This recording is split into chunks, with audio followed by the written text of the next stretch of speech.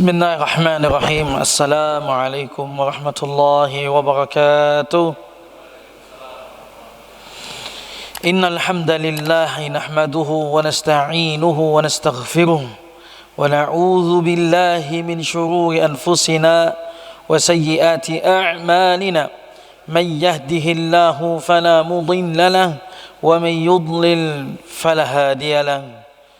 أشهد أن لا إله إلا الله وحده لا شريك له وأشهد أن محمدا عبده ورسوله قال الله تعالى يا أيها الذين آمنوا اتقوا الله حق تقاته ولا تموتن إلا وأنتم مسلمون وقال أيضا يا أيها الناس اتقوا ربكم الذي خلقكم من نفس واحدة وخلق منها زوجها وبث منهما رجالا كثيرا ونساء واتقوا الله الذي تساءلون به والأرحام إن الله كان عليكم رقيبا وقال أيضا يا أيها الذين آمنوا اتقوا الله وقولوا قولا سديدا يصلح لكم أعمالكم ويغفر لكم ذنوبكم ومن يطع الله ورسوله فقد فاز فوزا عظيما أما بعد فإن أصدق الحديث كتاب الله وخير الهدى هدي محمد صلى الله عليه وسلم وشر الأمور محدثاتها فإن كل محدثة بدعة وكل بدعة ضلالة وكل ضلالة في النار. Jamaah masjid rahimani wa rahimakumullah, bapak-bapak, ibu-ibu, ikhwan wal akhwat fillah rahimani wa rahimakumullah. Pertama-tama marilah kita meningkatkan takwa kita kepada Allah Subhanahu wa taala. Terus meningkatkan karena Allah melihat hati kita dan takarannya Allah ada pada hati kita. Dan tidak lupa kita memperbanyak salawat kepada Nabi kita Muhammad sallallahu alaihi wasallam. Jamaah rahimani wa rahimakumullah. Di malam yang barakah ini kita bertemu kembali, kita bersyukur kepada Allah bertemu kembali. Dan kemarin telah kita berlalu pembahasan. Adapun pada pertemuan kali ini kita membahas kitab baru, yaitu tentang kitab di sini Fiqhul Muyassar lil Mar'atil Muslimah. Fikih mudah, fikih simple tapi sakmene Pak. 2 jilid lagi. Ini enggak simple mboten niki. Simple tapi ada sekitar 700 atau 800 halaman. Tapi mudah kok pembahasannya, dibahas dengan fikih mudah bagi wanita muslimah. Dan kan kajiannya yang hadir kan bukan cuman muslim, bukan khusus muslimah, tapi banyak ikhwan juga. Ada beberapa alasan kita ambil kitab ini. Pertama, bahwasanya tentang fikih muslimah itu juga jarang dikaji. Mojokerto ini masih kebanyakan kajiannya tematik. Ngerti nggih? Nah, kajian kitab-kitab itu jarang. Nah, mungkin meskipun ada, tapi yang kita banyak tahu kajian fikih muslimah secara yang dari Pak Andi itu belum ada katanya. Sehingga ini kita pilih. Kedua, memang masalah muslimah itu jarang dibahas, fikihnya jarang dibahas. Jadi kasihan dong ibu-ibu di belakang, mbak-mbak datang kajian kebanyakan ya secara umum, fikihnya pun fikih laki-laki. Kadang-kadang dijelaskan, lihat terus wanita gimana, masalah saya gimana, kan gitu. Terus kalau itu kan pakai surban, lah saya kerudung boleh nggak diusap? Nah, itu kan walaupun sepele muncul, ustadznya hanya menjelaskan surban misalnya. Surban itu kalau pakai surban boleh diusap atas kemudian. Wanita punya yang di belakang dalam hatinya, ya Allah, ya terus saya gimana? Pakai kerudung, bagaimana hukumnya? Emang jangan dibahas. Sekarang gantian. Tenang aja ibu-ibu di belakang, gantian sekarang. Ini kita bahas jenengan. Nanti bapak-bapak gimana? Nah, itu bisa ketemu, bisa nanya langsung. Kalau ibu-ibu terbatas untuk bertanya, kalau bapak-bapak ketemu bertanya silakan. Yang ketiga, ada alasan pokok yang sangat penting juga, yaitu yang sini saya tulis di sini, bahwasanya kita tahu bahwasanya tarbiyah tarbiyah, pendidikan kepada anak. Dan di sini karena yang semuanya kebanyakan adalah sudah menikah. Kalau yang belum menikah ya segera menikah. Mas Fahmi segera menikah. Ya, kebanyakan sudah menikah, punya anak, kemudian punya banyak tanggung jawab. Bapak Ibu rahimani wa rahimakumullah, penting banget fikih itu dalam rumah tangga. Kadang-kadang kita hanya memikirkan akidah. Tidak. Kita syahadat ada dua. Asyhadu an la ilaha illallah wa asyhadu anna Muhammadar Rasulullah. Syahadat pertama, syahadat kepada Allah, saksian kepada Allah. Ini masalah akidah, tauhid. Wa asyhadu anna Muhammadar Rasulullah. Masalah apa? Ittiba. Kita benar juga butuh tauhid, tapi kita beribadah kepada Allah butuh mencontoh Nabi SAW.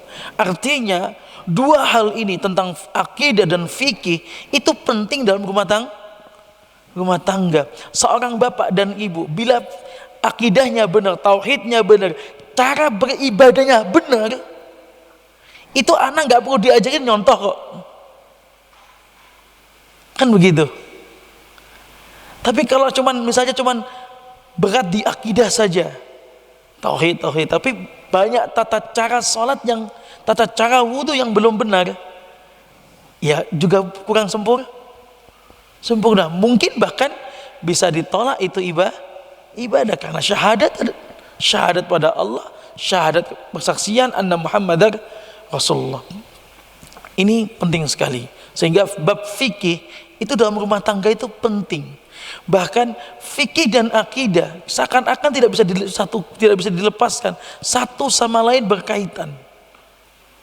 Ya, dia menyembah pada Allah itu ibadah, tapi dia juga kita ngajari anak wudu, sholat dan sebagainya. Kita banyak hal dalam kepada ajari anak. Kok wudunya begini bi? Kok beda dengan situ? Kok beda dengan, mungkin aja anak akan bertanya, terutama bagi anak Anda yang mungkin sekolahnya misalnya di umum, misalnya yang biasanya menggunakan misal iftitah saja ya, itu ada berapa ada belasan yang dipakai di masyarakat biasanya apa? Ini wajah tuh atau kabiro. Terus kemudian Anda ajarkan subhanakallahumma bihamdika asyhadu an la ilaha illa anta astaghfirullahaladzim. Ini doa kafaratul majelis. Subhanakallahumma bihamdika apa? Asyhadu an la ilaha illa anta. Bukan. Kok malah lupa. Subhanakallahumma bihamdika. Kenapa? Yang pendek. Kok lupa tiba-tiba? Tak minum dulu, Pak. Biasa dipakai setiap hari kok lupa.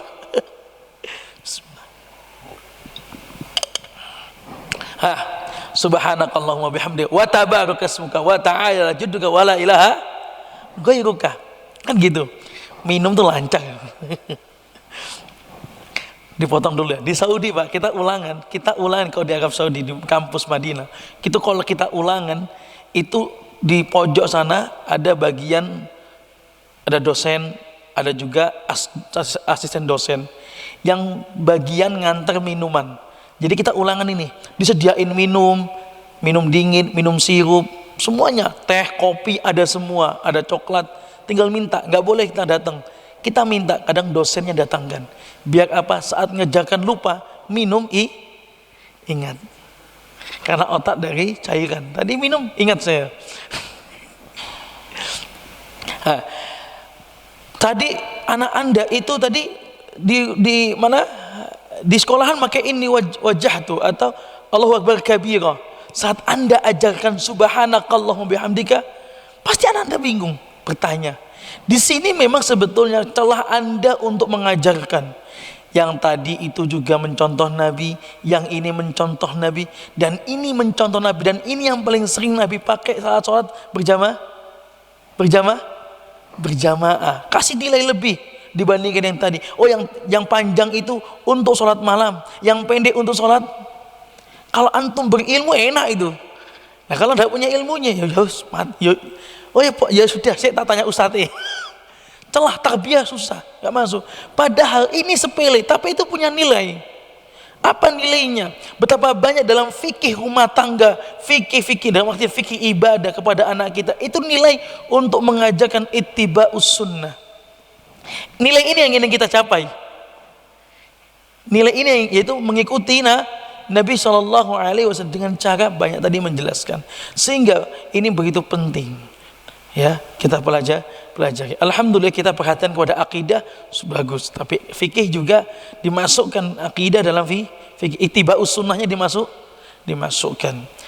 Bapak Ibu rahimani wa rahimakumullah.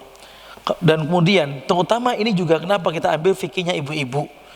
Nah, karena kebanyakan tarbiyah itu ada pada ibu.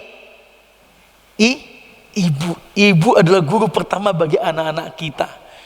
Bahkan sebelum kita memilih jodoh, memilih pasangan, ibu adalah harus perannya penting sekali. Kita pilih yang bagaimana, karena nanti bagaimanapun karakter ibu ada pada anak kita dari susu, dari menyusui itu. Sehingga dulu Aisyah radhiyallahu anha mengatakan la tastaqdiul hamqa atau warha. Jadi jangan kau nyusui anakmu pada orang yang hamqa, bodoh. Anakmu itu jangan kau susukan kepada orang yang bodoh. Kenapa? Nanti dalam sebuah hadis ini di Abu Dawud dan kemudian juga dalam Baihaqi dalam sunannya, Nabi SAW itu yang disebut dijelaskan, naha Rasulullah SAW, Rasulullah melarang an tustaqdi'a hamqa, untuk menyusukan anak kepada wanita yang bodoh. Fa innal labana yushbihuhu. Kenapa? Susu itu bisa menularkan sifatnya kebodohan wanita itu. Hadis ini memang khulasahnya adalah bukan hadis yang sahih, adalah dia marfu' kepada Umar bin Khattab radhiyallahu anhu atau Umar bin Abdul Aziz. Jadi bukan perkataan Nabi SAW. Jadi kepada sana. Nah, namun ya, namun makna ini juga mujarrab. Makna hadisnya mujarrab. Bahwasanya orang kalau menyusukan kepada wanita yang tidak baik, tidak ini, ya mau tidak mau air susunya dia minum. Arti karakternya ibu tersebut ada pada anak ini. Islam melarang. Nah, kenapa melarang? Ini menunjukkan pentingnya seorang ibu, peran ibu dalam rumah tangga, dalam tarbiyah pada anak.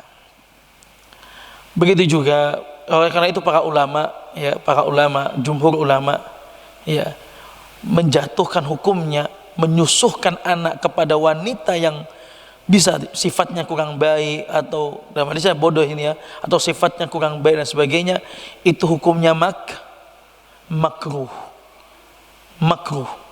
Ya, sebagaimana dalam mazhab Hanabila dan Hanafiyah, jumhur ulama, kebanyakan ulama menjatuhkan hukumnya makruh.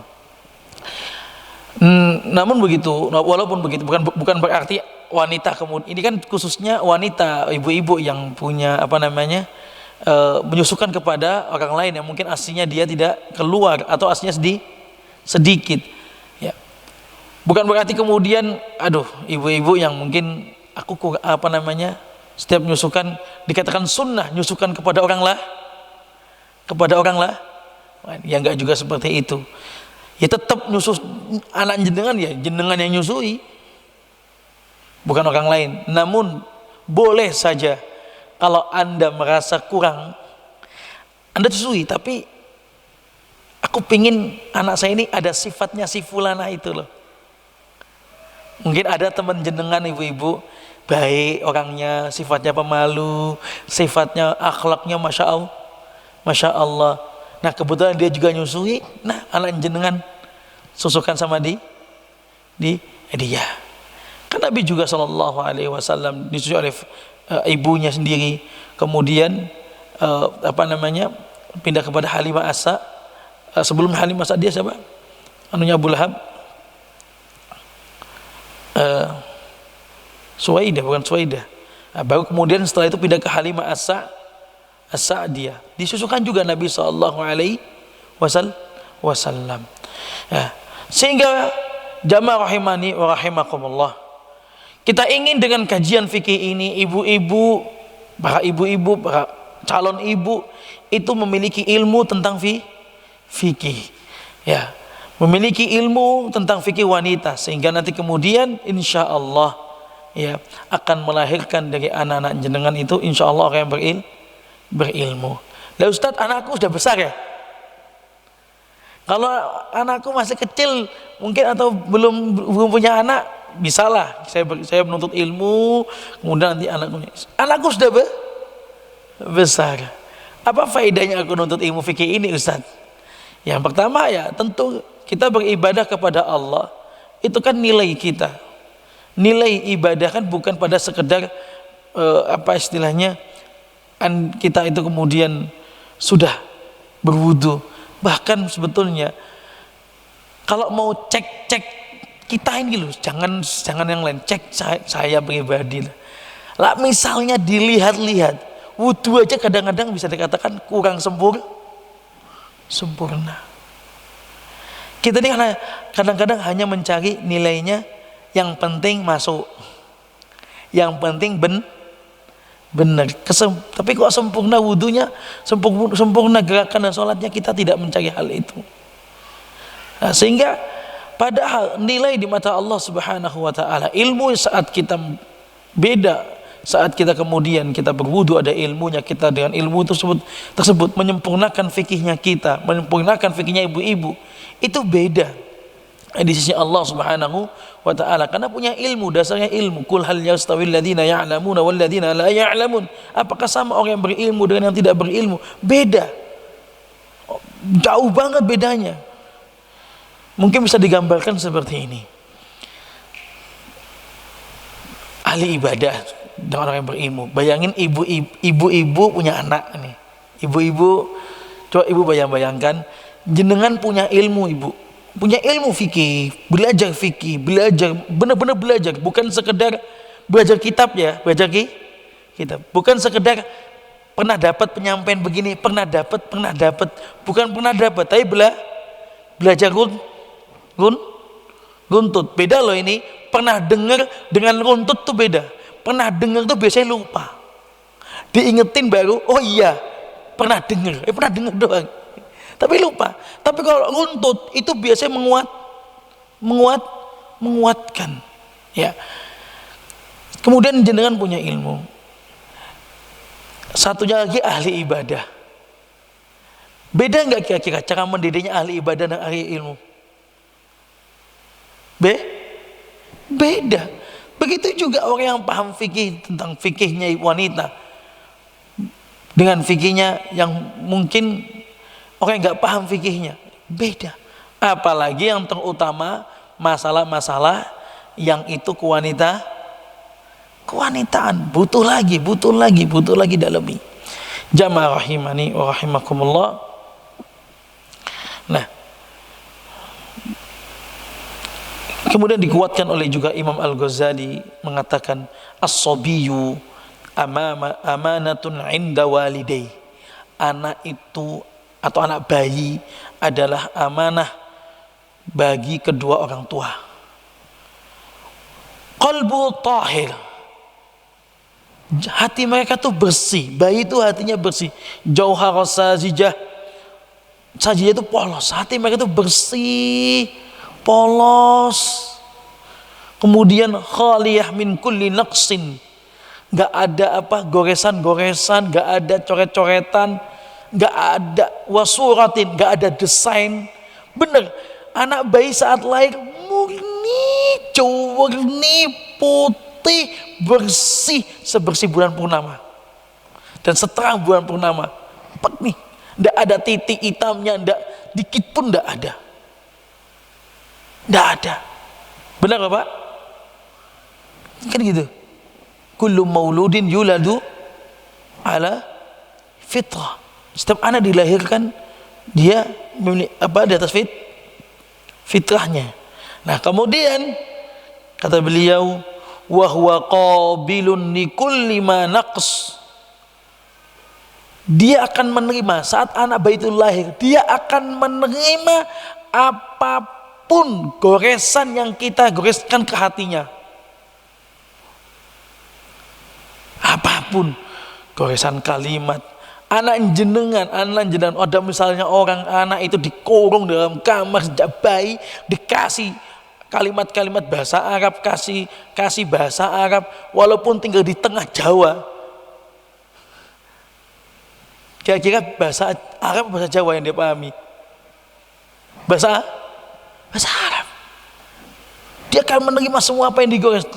Bila kita goreskan dengan musik, ya musik. Bila kita goreskan dengan Quran, ya Quran. Jadinya kita goreskan dengan pengajian, ya pengajian. Apapun goresannya, dia akan selalu menerima, selalu, tidak pernah tertutup hatinya, selalu menerima. Anak bayi itu. Ini perkataan Imam Ghazali. Wa ma'ilun ila kulli ma yumalu bihi ilaihi, dan dia akan kemudian akan mengarah kepada apa yang diarahkan kepadanya. Dia itu diarahkan jadi ustadz, ya ustadz, diarahkan jadi guru, ya guru, kan gitu. Diarahkan jadi metal, ya metal, bahkan dijadikan dia sebagai seorang waliyadzubillah penjahat, ya penjahat. Semua apa itu.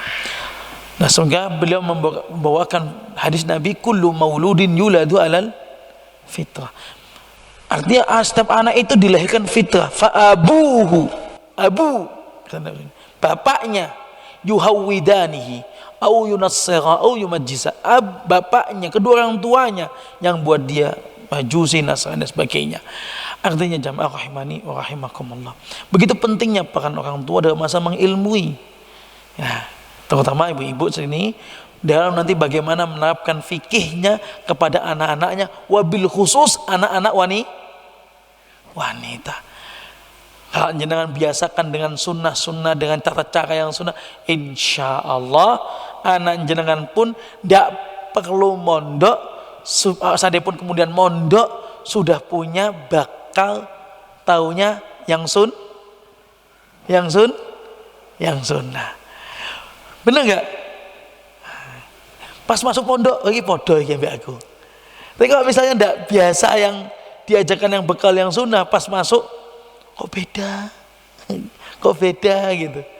Padahal sebetulnya itu kadang-kadang sama. Seperti masalah apa tadi? Iftitah. Kemudian juga terakhir wa akada Ibnu Qayyim, dan Ibnu Qayyim menguatkan, menekankan masalah ini. Qala ba'du ahlul ilmi, berkata sebagian para ahlul ilmi rahimahumullah, innallaha subhanahu, sesungguhnya Allah, yas'alul walid, sesungguhnya Allah subhanahu wa ta'ala, yas'alul walid, akan menanya kepada kedua orang tua.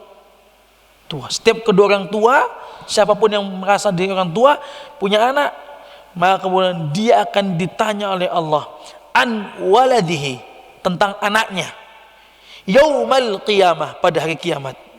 Bapak, ibu, jenengan punya anak, jenengan akan ditanya kondisi anak jenengan sekarang pada hari kiamat.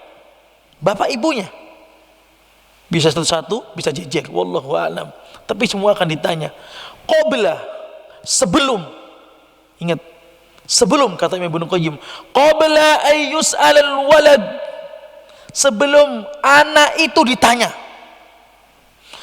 an walidihi, sebelum anak itu ditanya, bapak itu dulu, kedua orang tuanya ditanya. Berat ini.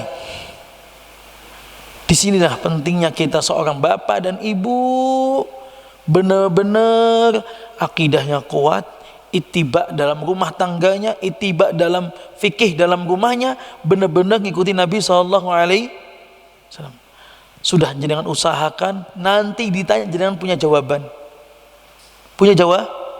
termasuk dengan belajar di sini, duduk ke sini, datang, itu juga sebagai jawaban. Insya Allah hujjah, sudah belajar, sudah mencontohkan, namun apa daya, baru kembali. Tetapi kalau ternyata jenengan belum memasukkan, sebagaimana kisahnya Umar bin Khattab, ini dalam bukunya ini saya baca, Ustaz Sufyan Baswedan, Dr. Sufyan Baswedan, dalam bukunya Ibunda Para Ulama, mengkisahkan tentang kisahnya Umar bin Khattab radhiyallahu anhu, didatangi seorang bapak ngeluh, ya Amirul Mukminin, wahai Amir Mukminin, anakku ini durhaka, durhaka. Akhirnya Umar bin Khattab memanggil anaknya di sidang Umar. Mana anaknya? Dipanggil anaknya, tanya mananya, ini bapakmu ini ngeluh, katanya kamu durhaka. Anaknya jawab, wahai Amirul Mukminin, sebelum kau tanya, bolehkah saya bertanya 3 hal? Saya ingin menyampaikan sesuatu. Gantian, itu kan dari sisi sana pengaduannya, saya mau mengadu juga. Bukankah ada hak anak, ada hak bapak, tapi bukankah juga ada hak anak? Iya, tentu ada. Bukankah haknya itu 3 itu mencarikan ibu yang baik. Kedua, memberi nama yang baik. Ketiga, mengajari Al-Quran. Ketahui ya Amirul Mukminin, bapakku ini tidak menunaikan 3 hak ini. Aku dilahirkan dari ibu, dia beli 2 dirham dari pasar, kemudian dia berzina, kemudian dia lahirlah aku. Kemudian dia ngasih nama aku Ja'la atau Ju'la namanya, kasih nama yang gak pas juga. Kemudian yang ketiga, tidak mengajari aku sedikit pun 1 ayat pun tidak dimasukkan dalam pikiran, gak diajari. Maka kemudian Umar bin Khattab radhiyallahu anhu malah justru memarahi bapak, pergi, sesungguhnya engkau yang durhaka. Yang begitu. Sekarang kembalikan kepada kita semua, wahai jamaah rahimakumullah.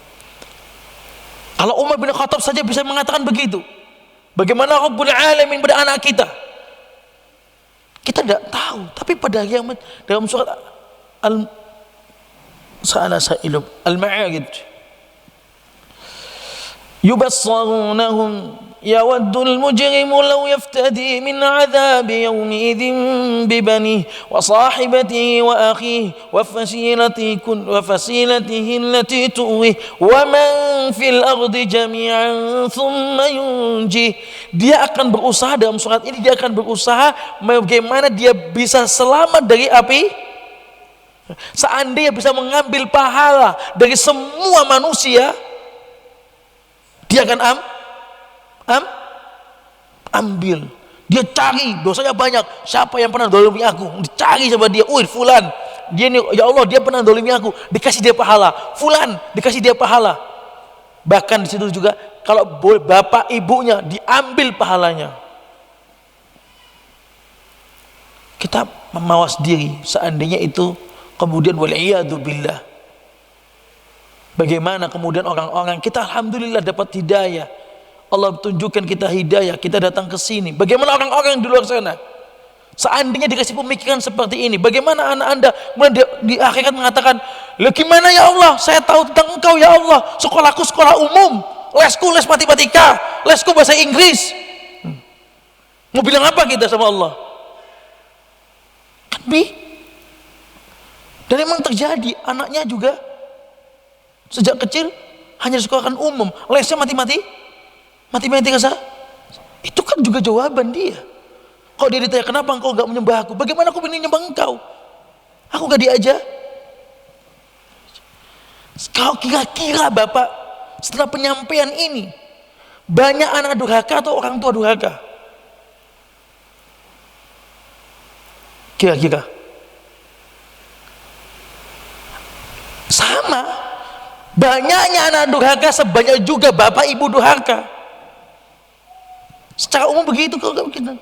Tapi mungkin lebih anak durhaka, iya. Tapi juga bapak ibu durhaka banyak. Siapa yang mencairkan dulu jenengan sekarang kalau muhasabah diri? Siapa yang dulu saat menikah benar-benar melihat akhlaknya wanita ini, melihat ini? Apa yang zaman sekarang? Yang dia tanya, sudah cinta, bucin. Sudah terlanjur bucin, budak cin, sudah terlanjur. Pokoknya seneng, ya nikah, nggak mikir. Kasih nama, karena namanya Muslim, namanya Obed. Muslim namanya musyrikah, muslimah namanya banyak. Pak Farji, cuman orang Jawa Farji. Dan kenapa enggak Abdullah, kenapa enggak Abdurrahman? Kemudian ngajari enggak Quran, ngajari enggak Al-Fatihah? Hak tadi tuh. Kalau seandainya ternyata ada anak kita terus kita datang kepada Umar bin Khattab, kayaknya sama jawabannya Umar. Umar kan memakain kita. Alhamdulillah. Antum semua di sini, insya Allah bapak ibu semua yang di sini, Allah kasih hidayah, kasih petunjuk. Oh udah tahu, oh udah ini. Tinggal bagaimana sekarang, kan begitu. Berusaha mengajarkan, berusaha mengarahkan, berdoa kepada Allah. Hanya itu sudah terlanjur. Kalau udah terlanjur hanya berdoa, istighfar, doa. Semoga itu merubah. Jamaah rahimakumullah. Sehingga ini sebabnya pentingnya kita sampaikan dalam masalah fikih wanita secara kitab. Alhamdulillah. Kemudian kita masuk pada kitab ini yang menulis adalah Syekh Fadilatul Syekh Muhammad Al-Misri Abu Ammar. Kalau dia di sini banyak yang pernah di dalam kitab-kitab ini, hampir kebanyakan juga ini di dalamnya banyak merojihkan pendapatnya Syekh Utsaimin, karena ternyata beliau termasuk juga pernah belajar dengan Syekh Utsaimin rahimahullah. Kita masuk pada bab Kitabut Thaharah. Ya, tidak kita baca semua, saya ringkeskan biar cepat. Kitabut Thaharah. Di sini ya masalah bersuci. Ya bersuci, ya di sini dijelaskan bahwasanya bersuci adalah an-nadhafah, membersih. Bersuci artinya membersihkan, yaitu membersihkan baik kotoran yang dari luar, najis, ya kan, secara hissiyah, badan kita, baju kita, atau ma'nawiyah, hati kita. Jadi dari sini bahwa bersuci itu secara dibagi menjadi dua. Bersuci yang disebut dengan ma'nawiyah, thaharatu ma'nawiyah. Yang kedua thaharatu hissiyah, bersucikan hati. Yang kedua mensucikan anggota badan. Mensucikan hati dari kesyirikan. Bukan sekedar kesyirikan, mensucikan hati dari kotoran-kotoran yang mengganggu nilai ikhlas kita kepada Allah. Sekali lagi, nilai ikhlas. So kita ini bolak-balik ikhlas, tapi perlu tegesin terus diingetin, bukan tegesin, diingetin terus bahwa ikhlas itu begitu penting, bukan sekedar membersihkan syirik. Kadang-kadang kita sudah tidak berbuat syirik dalam artian syirik besar, tapi susahnya membersihkan kotoran yang mengganggu keikhlasan. Ini juga penting. Karena orang, misalnya di pondok, ini contoh saja, simple contoh. Ada orang kalau di masyarakat umum misalnya sedekah, infak jari, ada sebuah masjid, dia donaturnya, kemudian semua dananya dia. Jamaah ramai yang datang. Ustadznya Masya Allah datang dari luar, jamaahnya ramai, banyak orang dapat hidayah. Tapi kalau dia sejak di awal dia niatnya saat sedekah itu tidak ikhlas pada Allah, secuil pun pahala gak dia dapatkan dari Allah Subhanahu wa taala. Secuil pun pahala. Apa kata Syekh Muhammad Abdul Wahab? Karena apabila la tusamma ibadat illa ma'at tauhid, gak dinamakan ibadah kecuali dengan ikhlas kepada Allah. Tahu? Secuil pun gak dapat. Bahaya tidak? Orang sana sebab dia orang masuk surga, namun dianya Allah terlungkupkan dalam api neraka.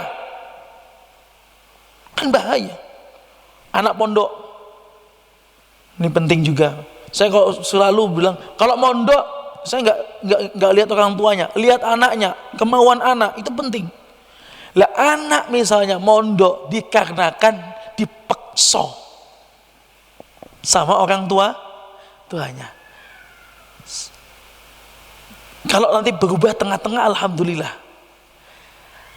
Perubahan kan mungkin nggak bisa langsung berubah karena dipaksa. Bisa setengah tahun baru setahun, dan tidak banyak mereka di tengah tahun kembali karena dipaksa orang tua. Apakah dipaksa itu nilai ikhlas? Tidak. Nilai ikhlas malah pada Allah. Terus dia kemudian dia bangun tidur, dia kangen, dia nggak boleh nelpon, apa pandemi nggak bisa ketemu, orang tuanya juga kemudian nggak bisa ketemu. Dia nangis, dia belajar, dia menghafal. Wih, masya Allah, semuanya itu dia lakukan, semuanya itu.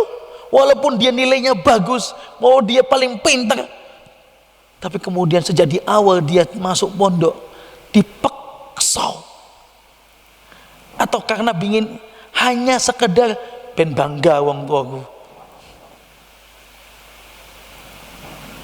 Dari ibu kan yang pengen aku hafid, ya sudah aku hafid bu, dah selesai. Sedikit pun nggak dapat pahala, sedikit pun nggak dapat pahala. Ya karena tadi itu ikhlasnya bermasalah. Sehingga jamaah rahimakumullah, sama tadi antum datang ke sini, ana pun datang ke sini, semuanya kita juga ikhlas kita letakkan di awal. Agar antum nunggu ini datang nanti ketemu hujan, mungkin pulang malam, itu semuanya nilainya pahala. Jangan sampai plus nggak dapat pahala. Jamaah rahimakumullah, itu disebut juga thaharah maknawi, bersihkan hati. Kemudian kedua, thaharah hissiyah, bersihkan anggota badan, baju, tempat sholat dan lain sebagainya dari najis dan dari hadas. Najis dan hadas. Dan yang fikih yang kita bahas di sini adalah yang kedua, membersihkan, ya bab thaharah ini membersihkan anggota badan, membersihkan baju, membersihkan tempat dari najis dan hadas. Apa itu najis? Karena kami najis, hadas, ini sesuatu yang berbeda, bukan yang sama. Kadang sepele tapi orang banyak nggak bisa membedakan najis atau hadas. Hadas dulu. Orang hadas kan contohnya hadas kentut, gitu kan? Berhadas. Hadas, kemudian contoh lagi kencing, dia berhadas. Contohnya najis, contohnya misalnya kencing gitu. Hadas juga kencing. Contohnya kencing. Yang sini tadi kencing juga najis, bingung. Nah, di sini bedanya. Contohnya mungkin sama kencing, tapi beda. Saat dia keluar, hadas itu berhubungan dengan bendanya. Apa dengan zat benda itu? Maksudnya dengan apa yang dia keluar dari badannya. Kok berhubungan dengan bendanya? Bukan, berhubungan pada personnya orang. Saya kencing, berarti saya berhadas. Adapun najis itu berhubungan dengan bendanya. Kencing itu, benda kencing itu zatnya najis. Jadi bisa dipahami, hadas atau hadas itu adalah kembali kepada person kita. Najis kembali kepada benda. Najis atau juga sebagai ulama mengatakan disebut juga khobath. Tapi yang paling nama yang paling banyak di apa namanya orang tahu ya najis dan hadas. Nah, najis dibagi menjadi tiga. Najis yang berat disebut dengan najis mughalladah, najis yang ringan, mukhaffafa najis yang tengah-tengah, najis mutawassithah. Mughalladhah yang berat itu adalah contohnya yang dia harus dibersihkan, bukan cukup dengan air sekali, enggak, tapi bisa berkali-kali. Seperti contohnya di sini anjing dan anjing atau babi. Nyamakan anjing dan babi juga. Nah, itu sab'a marrat wa akhirunna bit-turab. Ada mengatakan juga 7 kali disiram. Hadisnya begitu, dan kemudian di akhirnya dengan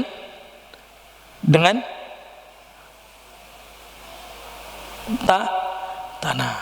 Ini adzan dulu. Monggo. Ya. Kita kembali.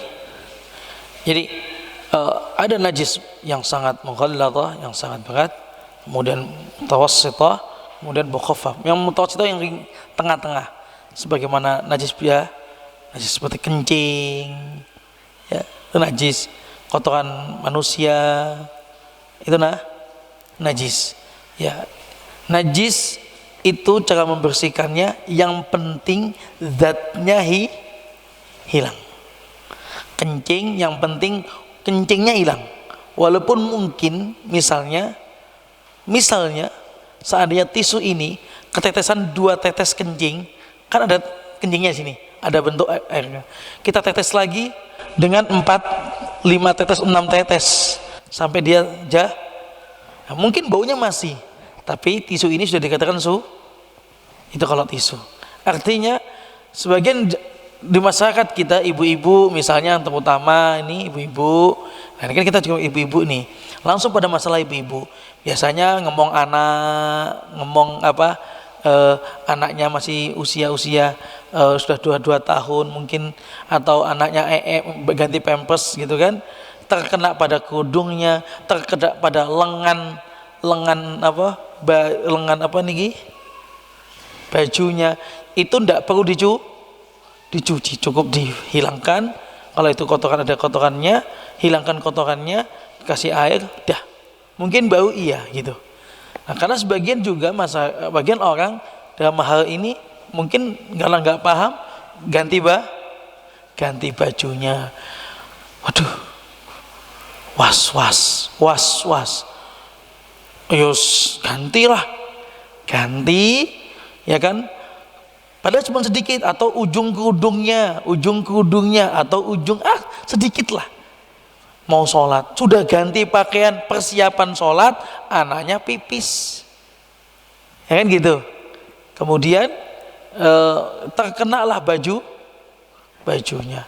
Sebagian dan mungkin kebanyakan di Indonesia diganti karena gak pantas masa gitu. Enggak. Kenapa harus was-was? Ilmu itu kan harus yakin.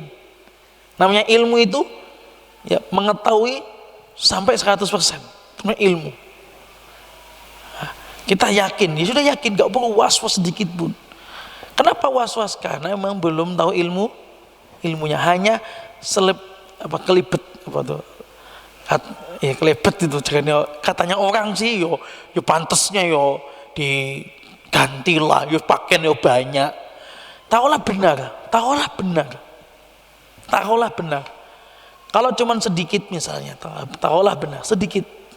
Kemudian kita bersihkan, dan dicuci, ganti lagi. Ada nggak kalau misalnya kita katakan kalau ini nanti berlebihan jatuhnya? Mubadzir? Bisa saja mubadzir, berlebihan. Bahkan sampai setingkat begini masalah was-was itu. Bukan cuma masalah kotoran cicak, kotoran apa gitu. Was-was. Ini karena nggak tahu ilmunya. Jadi harus ganti baju ini. Seperti itu. Nah kalau saya tanya, kalau baju gampang sampean duwe akeh. Lah coba rumahmu kena kencing. Ganti rumah. Nah, gitu Bu. Rumah kena kotoran manusia, ganti rumah. Kan enggak. Kenapa tadi kita bilang enggak, kenapa di sini iya? Bukankah sama? Karena intinya zatnya. Ini najis.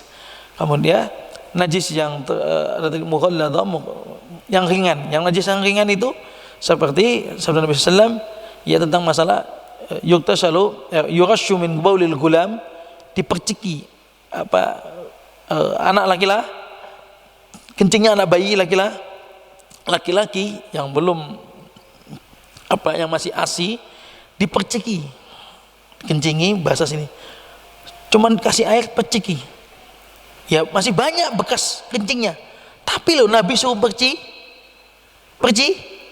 mana kemudian kita ikuti, kita perciki atau kita ganti baju? Boleh ganti baju, boleh, tapi kita ada nilai lebih saat kita perciki, kita mengamalkan sunnah, ada nilai lebihnya. Tadi tuh kita ingin hidup dalam kehidupan nggak ada namanya sunnah itu nggak pas, mesti pasnya. Wa yuktasalu min baulil jariyah, dan kemudian kalau wanita bayi perempuan dibersihkan bersih. Ternyata saya baca dalam kitab Al-Mughni Musnad atau saya lupa dalam kitab, intinya dalam perkataan Imam Syafi'i, karena beda ternyata antara kencingnya ternyata dibedakan, ternyata juga penelitiannya beda. Lebih berat kencingnya wanita, baunya lebih pesing. Mohon maaf ibu-ibu, mungkin kamar mandi wanita lebih pesing. Yang tahu dah tentu yang biasa bisa bersihkan kamar mandi wanita pondok, lebih pesing kamar mandi wanita daripada laki-laki.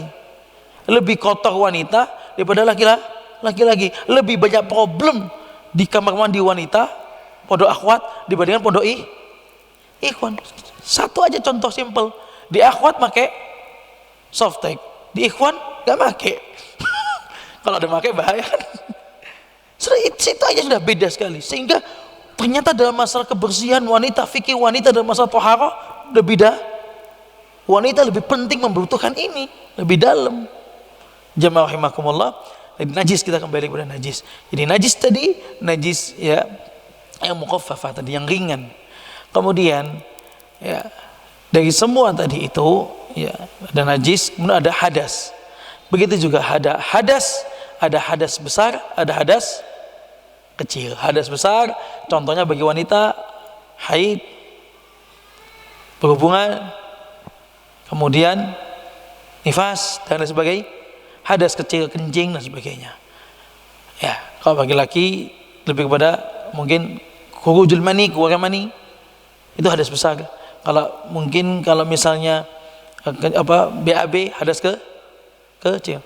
Hadas kecil yang mewajibkan dia hanya sekedar wudu. Hadas besar yang mewajibkan dia harus mandi. Nah, dari sini kita tahu bahwa alatnya untuk bersuci asalnya ada dua, yaitu pertama menggunakan air, ya maksudnya berwudu. Yang ketiga menggunakan air mandi. Dan yang bila seandainya dua ini nggak bisa, ada badalnya, pembadalnya tayamum. Jamaah rahimani wa rahimakumullah. Nah, dari sini paham, dari sini mungkin kalau ada yang mungkin karena fikih itu tidak bisa buru-buru, tapi saya ringkeskan, ya kan? Ringkes cepet ngoten niki, kecepatan atau kurang cepet? Biasanya kecepatan atau kurang lambat. Saya enggak, kecepatan atau kurang cepat. Karena saya lebih cepat, lebih bisa lagi. Pas ge? Ibu-ibu pas ya? Insyaallah lah. Ya. Bila ada bertanya silakan langsung bertanya, silakan. Di tengah-tengah enggak apa-apa. Dibandingkan nanti malah bingung, ketinggalan. Oke. Jamaah rahimakumullah. Ya. Sebelumnya ada yang bertanya? Monggo. Kalau kita mensucikan seperti kencing, apakah percikan yang nempel di depo itu juga najis? Apakah kemudian ketika kita kencing, kita siram, ya, percikan daripada siraman itu apakah juga dihukumi najis karena nempel di depo? percikannya? Yaudah, percikan siraman dengan percikan kencingnya beda loh. Kalau orang kencing percikannya nempel ke tembok, padahal kencingnya berdiri. Nah, mesti cepat itu. Lebih afdolnya duduk. Ya. Kemudian percikannya itu jelas najis. Makanya untuk masalah ini nyiram itu, nah juga itu masuk prakteknya. Nyiram itu jangan cuma di bawah bagian tembok itu sedikit itu biar suci.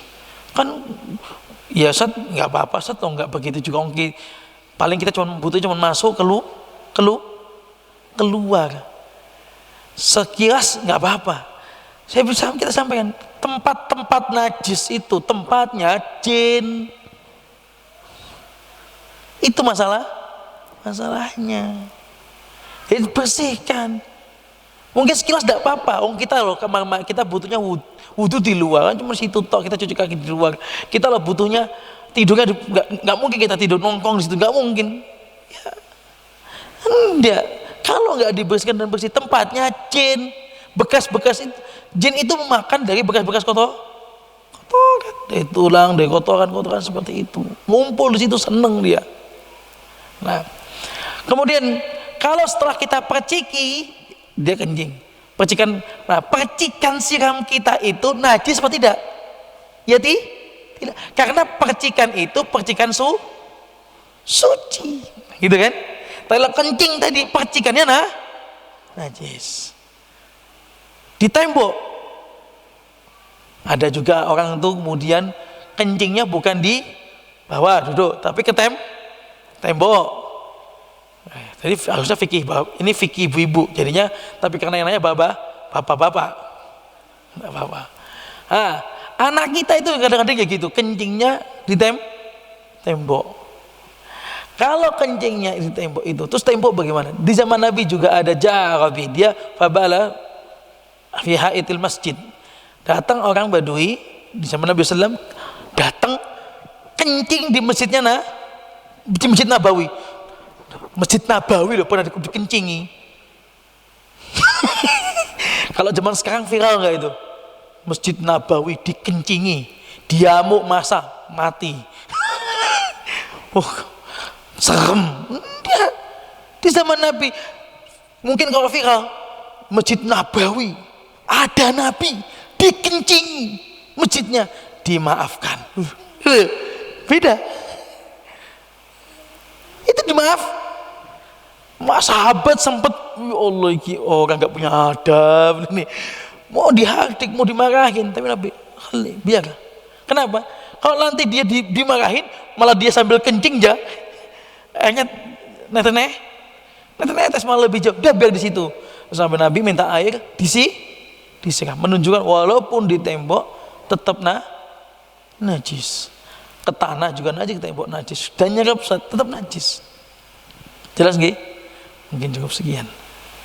Beda ya kalau di Indonesia ini masuk pakai sendal, ngamuk-ngamuk takmirnya. Ya mungkin dia nggak tahu, gak usah ngamuk-ngamuk lah.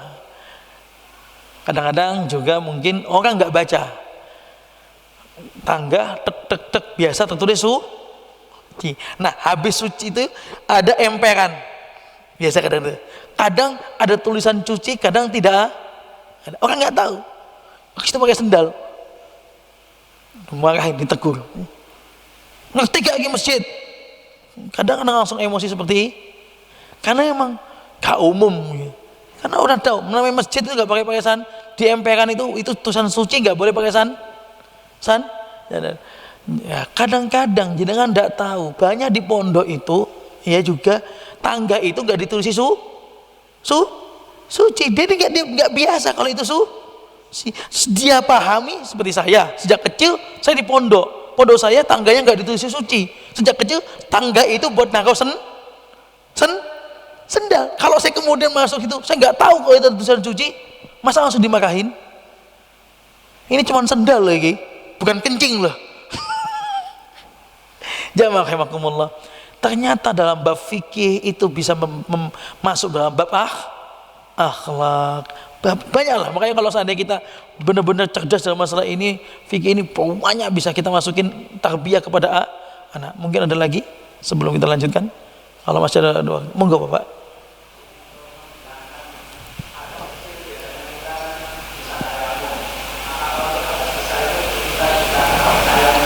Yang bersihkan apa? Hadas besar. Hadas besar itu kan harusnya kita menggunakan air. Nggak ada air. Sama kaidah, mau hadasnya besar banget, pakai tayamum.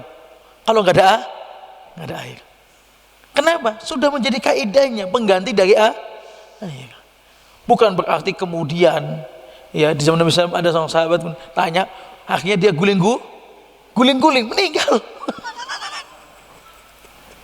Ya enggak, tetap sama tayamum, kedua tangan dan wajah. Loh Ustaz, BAB Ustaz. Loh Ustaz, kuah mandi Ustaz. Hadas be. Contohnya BAB, berarti kan besar itu. Ya kan? Terus tayamum. Ya bekasnya gimana? Gimana Pak? Kan tayamum ini untuk wudu, tapi cara nanti dalam bab qada'il hajah caranya menggunakan batu. Zaman jenengan daun. Zaman orang dulu daun biasanya. Zaman sekarang tisu. Kan gitu, nggak ada air. Nah, sekarang jenengan tahu, tisu kita masuk ke zaman modern semua menggunakan tisu ini, air pot ini. Mana lebih afdal? Tisu atau air? Ya air. Repot Ustaz kalau kita pakai air, becek Ustaz. Masalahnya settingan tisu. Makanya ya kadang dulu kami masih jahil masalah begini, kita nggak tahu ya modern kita. Saya pertama-tama keluar, orang itu sempat bingung. Saya menggunakan air, kan nggak biasa. Kemudian yang mau masuk tuh bingung, kok bisa basah begini.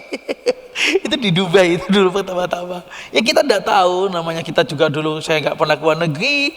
Kemudian jangankan kita, banyak ibu-ibu jamaah umroh, jamaah haji pas masuk kamar mandinya pesawat bingung, di kerannya, di mana kerannya bingung. Kadang-kadang sebelum masuk akhirnya pramugari suka nunggu. Nanti kalau masuk untuk mencetnya ini loh Mbah, nggak pakai air, gini. Baru akhirnya yowes timbang angel mending gak. Timbang angel mah akhirnya nggak sekali ya. Jadi Bapak, seandainya pun hadas besar tetap menggunakan tayamum kalau nggak ada air. Adapun tadi buang air besar ataupun tadi, maka caranya itu ada cara tersendiri istinjanya. Wudu tadi tayamum ini untuk cara berwudunya. Kalau qada'il hajah ada cara istinjanya ada.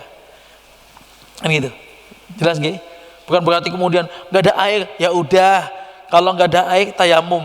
Ini kalau saya cuma bilang gini doang, ada orang BAB. Setelah itu langsung pakai celana, langsung tayamum sholat. Tahu? Bener gak? Yang salah siapa? Ustadznya. Kalau di akhirnya ditanya, kamu kok begitu kon? Ya ustadznya bilang kalau kalau seandainya walaupun gak ada air, kalau gak ada air tetap tayamum. Dia memahami tayamum saja. Bisa gak? Bisa orang memahami tayamum saja. Perlu dijelaskan. Qada'il hajah ada istinjanya, ada cara bersuci. Anda sholat ada cara bersucinya gitu. Ada lagi? Ini udah 7:30, kita lanjutkan sedikit. Mungkin ibu-ibu ya, bisa lewat kertas. Kalau ada mic bisa pakai mic. Bisa kalau misalnya kajian ini seandainya di ibu-ibu ada dikasih mic, itu lebih baik karena ini, atau pakai kertas juga boleh atau pakai mic. Kemudian kalau misalnya fikih itu nggak bisa pakai kertas.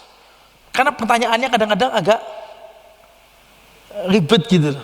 Nah, mungkin settingan kedua, mungkin ada pertanyaan yang sensitif bagi ibu-ibu.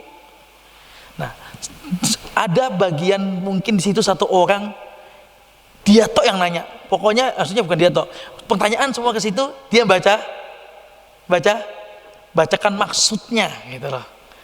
Jadi suaranya itu aja gitu kan gitu. Jadi orang Nah, mungkin atau pakai kertas juga boleh. Cuman kadang-kadang pakai kertas itu kalau bisa pakai kertas, kalau nggak bisa pakai langsung mic gitu. Karena pakai kertas bingung kadang-kadang saya pribadi bingung kadang-kadang. Tapi kalau pertanyaan singkat jelas pertanyaannya, insya Allah Pak gampang, ya sebisa mungkin lah. Nah kedepannya next mungkin, ya kita lanjutkan. Ya, jamaah rahimakumullah, langsung pada bab air. Ya, bab air ini ada dibagi menjadi 4 di sini. Di sini dibagi menjadi 4.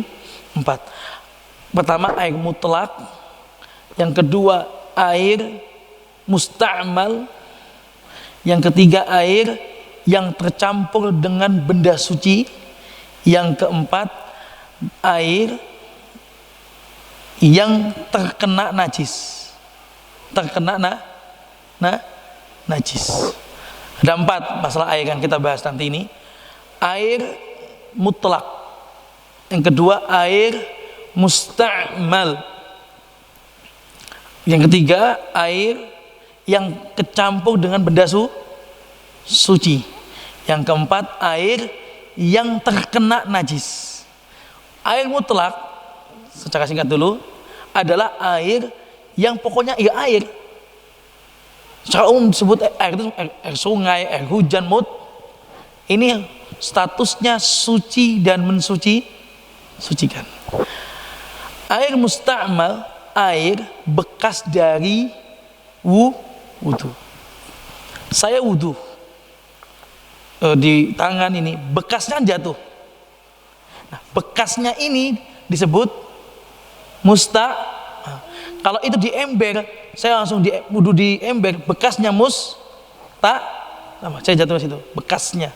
Apa yang jatuh dari anggota wudu kita, itu disebut dengan air yang sudah digunakan untuk bersuci.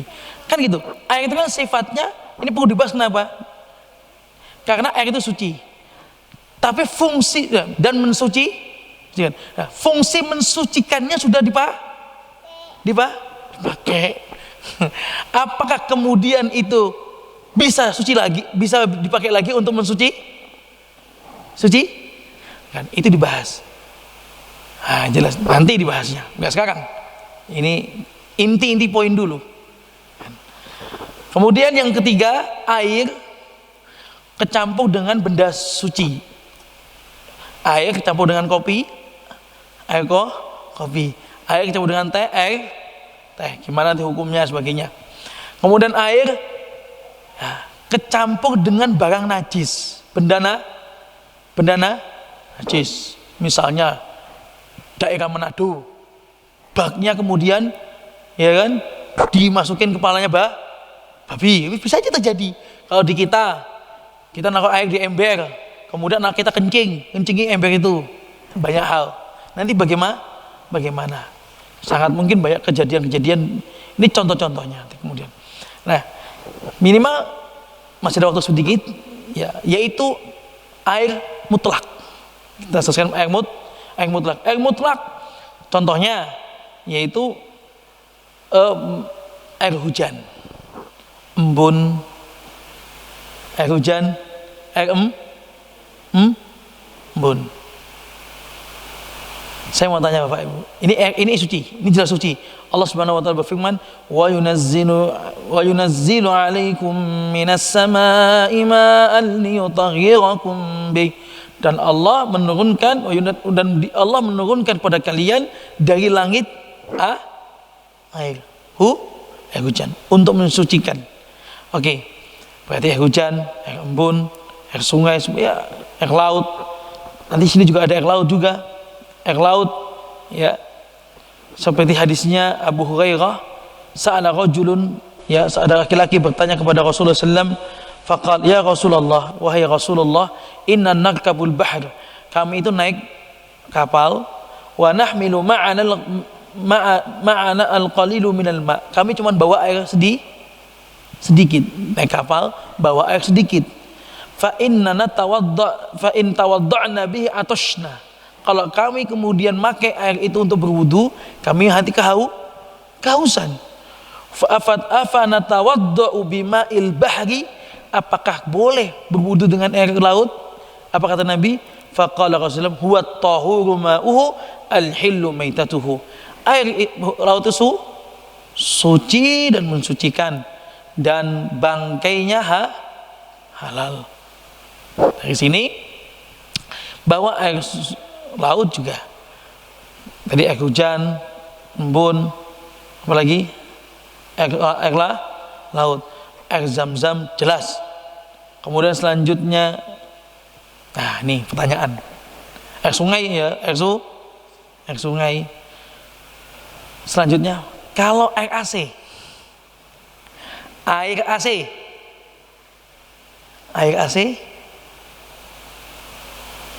boleh nggak buat wudu? Dia terbuat dari apa, Pak?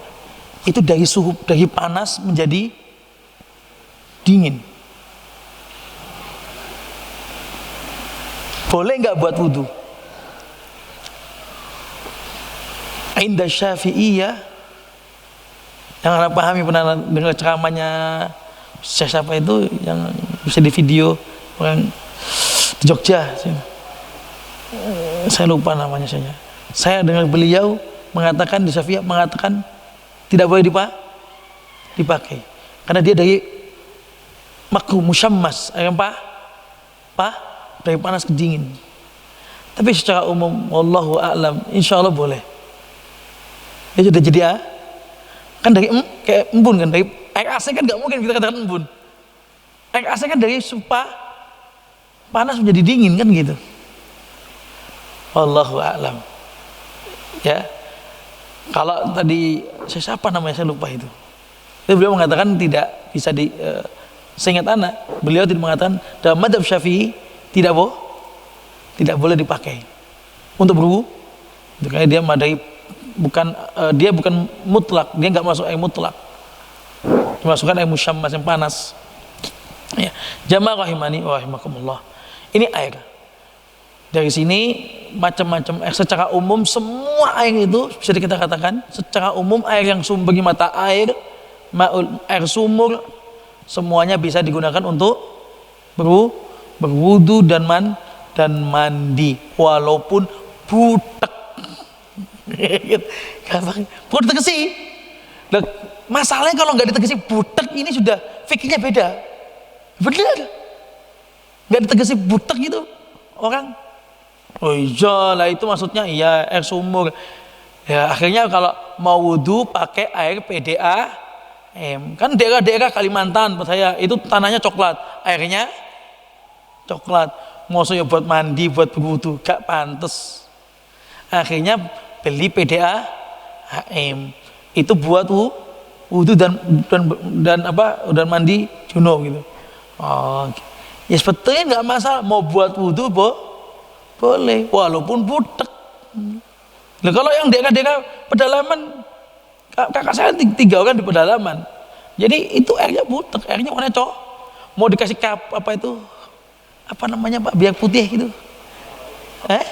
kapur gitu nggih. Jadi mau dikasih itu sebanyak-banyak pun dia tetap butek. Oh dari sononya. Di sini di mana contohnya? Air yang butek. Butek. Ini banyak banjir. Terus kemudian bagaimana nggak ada air kan gitu. Banjir ini diantaranya nggak ada air bersih. Boleh nggak menggunakan air banjir? Muncul kayak kita dari itu, air banjir itu boleh walaupun butek. Jadi kalimat butek ini sekali lagi ini benar-benar harus digarisbawahi. Kalau nggak disampaikan, orang itu taunya cuman yang ya air sungai jernih, air laut ya asin tapi ya jernih gitu. Pas butek fikirnya bingung. Ya saya di Indonesia paling, masya Allah, orang Indonesia itu luar biasa, paling hati-hati. Tapi kadang-kadang ya kenemenan hati-hatinya. Maksudnya nggak pas gitu. Nggak pas. Kalau ada yang lain nggak apa-apa, tapi kalau boleh nggak boleh. Ini yang mungkin yang kita sampaikan pada pertemuan kali ini. Cukup sekian ya. Jazakumullah khairan katsir. Untuk selanjutnya kita akan bahas tentang air mustakmal, kemudian tentang air yang bercampur dengan suci, benda suci, kemudian air bercampur dengan barang najis. Dan saya ingin jenengan itu datang kalau bisa ada pertanyaan yang lapangan gitu. Sehingga kalau saya nggak tahu, saya juga bisa nanya ke yang lain, ustadz lain. Jadi faedah juga. Karena kadang-kadang kalau cuma bahas dalam kitab, kita nggak dapat faedahnya, cuma faedah kitab. Tapi padahal sebetulnya faedah fikih itu butuh faedah fikih apa? Lapangan, contoh lapangan nyata itu loh. Nah, saya senang. Kayak tadi itu, bapak tadi nanya kencing, kicip nyiprat di tembok. Karena begini-begini nggak dijelasin dalam kitab, nggak dijelaskan. Dengan banyaknya pertanyaan-pertanyaan praktek itu kita lebih terbuka pikirannya. Dan memang begitu jamaah rahimakumullah, ya. Untuk mencerdaskan anak itu di Madinah itu, ini yang saya rasakan beda. Kita kalau di Indonesia ini belajar, buka kitab, dibacakan kitab, gitu-gitu. Di Indonesia, kalau kuliah ya. Di Madinah itu kuliah nggak begitu. Alhamdulillah, di sana itu masya Allah, secara umum di Saudi lah, secara umum. Datang dosen itu datang bawa masalah. Dosen ini bawa masalah. Dia datang ngelempar masalah. Jadi kita dituntut untuk baca begitu. Nah, masalah itu kita selesaikan. Jadi cuma datang dosen bawa masalah, kita selesaikan. Itu paling cepat juga bikin orang cerdas, kemudian bikin orang baca terus kitab. Ya, kalau cuma baca kitab, ya semua mahasiswa ini bisa baca kitab. Nah, saya ingin banget jamaah rahimakumullah, bila seandainya kemudian datang ke sini, bukan berarti pede banget nanti saya jawab enggak begitu juga. Saya juga ingin dapat faedah contoh-contoh lapangan. Jadi jenengan datang yang ada contoh-contoh lapangan. Nah, itu yang butuh dipertanya. Jangan malu. Walaupun kecil, bahkan kayak seperti tadi itu jangan malu. Tanyakan dalam soal lapangan. Adapun ibu-ibu besok monggo nanti gimana diatur, kalau bisa pakai kertas itu jelas lebih baik. Kalau tidak bisa disediakan mic, silakan bertanya. Ya, mungkin seperti itu mungkin sih. Tapi kalau seandainya mungkin malu jangan bertanya, ada satu orang di situ petugas yang bagian menyampaikan pertanyaan. Jadi nggak tahu siapa orangnya. Setuju nggak Niki? Biar ibu-ibu biar jual faedah. Kita semoga apa yang kami sampaikan bermanfaat buat kami pribadi dan keluarga kami dan kepada jamaah sekalian. Kita akhiri dengan doa kafaratul majelis. Subhanakallahumma bihamdika asyhadu an la ilaha illa anta astaghfiruka wa atubu ilaik. Wassalamualaikum warahmatullahi wabarakatuh.